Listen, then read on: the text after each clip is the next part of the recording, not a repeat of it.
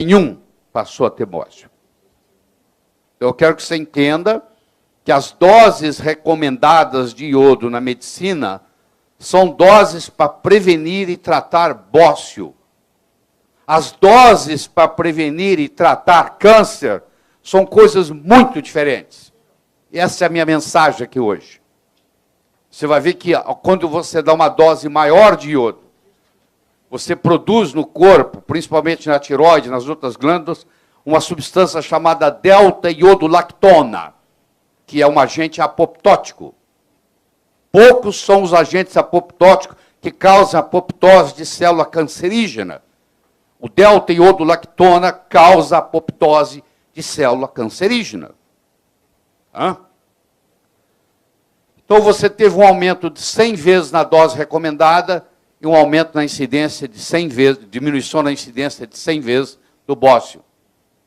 Essas doses recomendadas, na minha opinião, não significam absolutamente nada.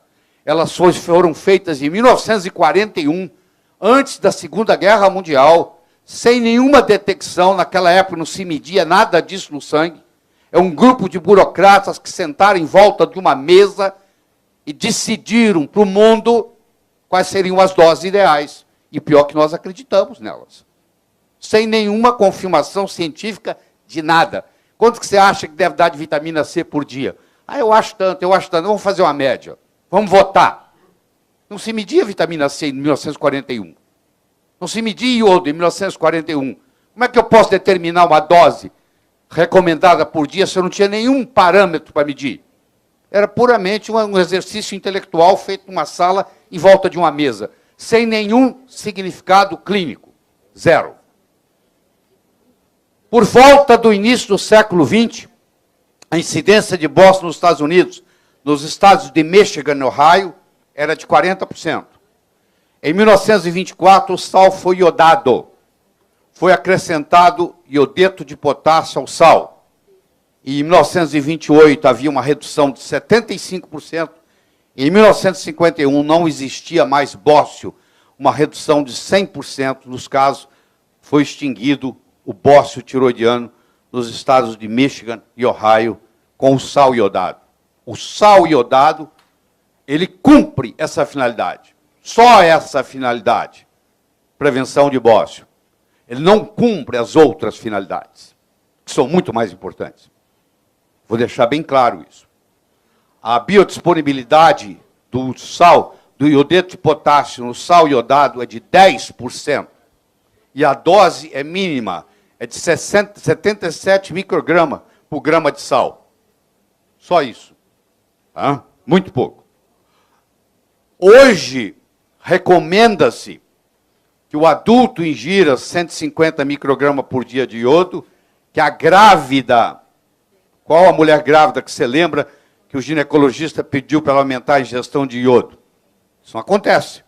220 microgramas por dia, a lactente 290, qual a lactente que você, com exceção da minha filha, que quando está amamentando os netos, eu faço ela tomar iodo, eu não vejo nenhum médico recomendando que a lactante tem que aumentar a concentração de iodo. Foi estabelecida para prevenção de bócio. São doses muito pequenas. Isso que eu estou mostrando aí. Mas eu estou mostrando que há uma diferença entre o adulto, a grávida e a lactante. Tá? A mortalidade neonatal diminuiu 50% com o tratamento das mães com deficiência de iodo, publicado nos jornais de maior prestígio médico, que é o Lancet, em 1997. Mulheres japonesas são as que consomem a maior quantidade de iodo entre todas as mulheres do mundo. Uma mulher japonesa consome diariamente em torno de 13,8 miligramas de iodo por dia, porque elas ingerem o seaweed, a alga. E o Japão tem a mais baixa taxa mundial de mortalidade perinatal. E tem uma correlação muito grande com isso, porque existem estudos e mais estudos correlacionando a mortalidade perinatal com a deficiência de iodo. Olha que coisa fascinante. Eles pegaram mulheres grávidas que tinham um hipotiroidismo. E dividiram em 3 grupos. O primeiro grupo, essas mulheres grávidas iam receber uma suplementação de iodo a partir da 4ª à 6ª semana de gravidez até o final. Começava entre a 4ª e a 6ª semana de gravidez até o final. O segundo grupo ia começar a suplementação de iodo entre a 12ª e a 14ª semana de gravidez até o final. E o terceiro grupo não receberia iodo durante a gestação, mas só no pós-parto. Com 18 meses, foi feita a avaliação do QI dessas crianças. Vocês estão vendo o verde, que tem um QI muito maior, receberam iodo, a mãe recebeu iodo 4 a 6 semanas, começou na 4ª a 6ª semana de gravidez. O laranja, que é o QI já menor, começou no 12 a 14 semanas. E o amarelo, que é o menor de todos, começou no pós-parto. Não é só isso. O grupo 1 não teve nenhum atraso neurocomportamental aos 18 meses. O QI era maior e não havia nenhum atraso neurocomportamental. O grupo 2, 25% das crianças no grupo 2, aqueles que as mães passaram a receber iodo, a partir da 12ª semana, tinham 25% tinha atraso neurocomportamental. E no grupo 3, que as mães receberam só após o parto, a criança só se beneficiou com a amamentação, 36% tinha um atraso neurocomportamental.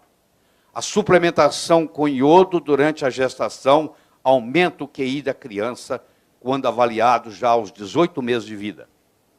Quando tem uma deficiência total de iodo, cria-se um problema chamado cretinismo. Você sabe muito bem que o QI é baixíssimo. Então está aqui, ó. Os Estados Unidos recomenda 150 microgramas. O Japão ingere 13,8 miligramas de iodo por dia. Isso representa, comparado com os Estados Unidos, o japonês ingere, em média, 92 vezes o que o americano ingere. E você sabe que os japoneses são os campeões das Olimpíadas de Matemática. Geralmente é um japonês que ganha. Tá? As algas marinhas, muito difundidas no Japão, o seaweed, tem a capacidade de acumular iodo em uma concentração 20 mil vezes maior que a existente na água do mar. O iodo na água do mar não é muito concentrado. Se você pensa que a água do mar é muito rica em iodo, não é verdade. Agora, essas algas têm a capacidade de concentrar até 20 mil vezes o que está na água. E como os japoneses ingerem as algas, os seaweeds, eles ingerem grande quantidade de iodo. Então, a deficiência de iodo causa cistos, cisto no ovário, cisto no pâncreas, cisto na mama, cisto na tireoide, cisto na próstata. Esses cistos levam a nódulos. Esses nódulos levam a fibrose. Essa fibrose leva a câncer. Então, essa é a história. Cistos, nódulos, fibrose, câncer. Em tireoide, em mamas, em útero, em ovário, em próstata. Que é onde mais precisa de iodo. O Dr. Brownstein fez uma... Ele está chegando a quase 5 mil casos de estudo. 5 mil... Ele está com 4.800 e qualquer coisa. Chegando a 5 mil casos de estudo. Ele mostrou que a população americana, 96,3%, tem deficiência de iodo.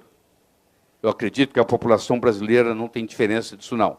É justamente isso. Mais de 95% tem deficiência de iodo. E isso causa todos esses problemas que vocês estão vendo. É difícil você encontrar uma mulher hoje que não tem uma doença fibrocística mamária. Você vai examinar com cuidado, você encontra cisto na mama das mulheres. Grande maioria. E aí, olha o problema que dá. Aí ela vai para a biópsia, ela acha que tem câncer. toda uma problemática desnecessária. Isso podia ser prevenido ou tratado simplesmente com iodo. Nódulos tiroidianos benignos e malignos têm uma concentração diminuída de iodo quando comparado com o tecido normal. 56% no caso de nódulos benignos e 3% no iodo encontrado no tecido normal, no caso maligno. Ou seja, quanto menos iodo você tem no nódulo, mais malignidade ele vai desenvolver. Nos nódulos tiroidianos benignos, há uma diminuição de 50% com relação ao tecido normal, e no nódulo maligno tiroidiano, só 3% do nódulo, só 3% do iodo comparado com o tecido tiroidiano normal. Tratamento e cura de doença fibrocística da mama, John Myers, 1976. Passar na vagina e no colo do útero um cotonete embebido em solução de iodo a 2% ou Lugol a 5%. Em seguida, injetar endovenosamente magnésio sulfato 2 gramas com 200 mg de vitamina B6.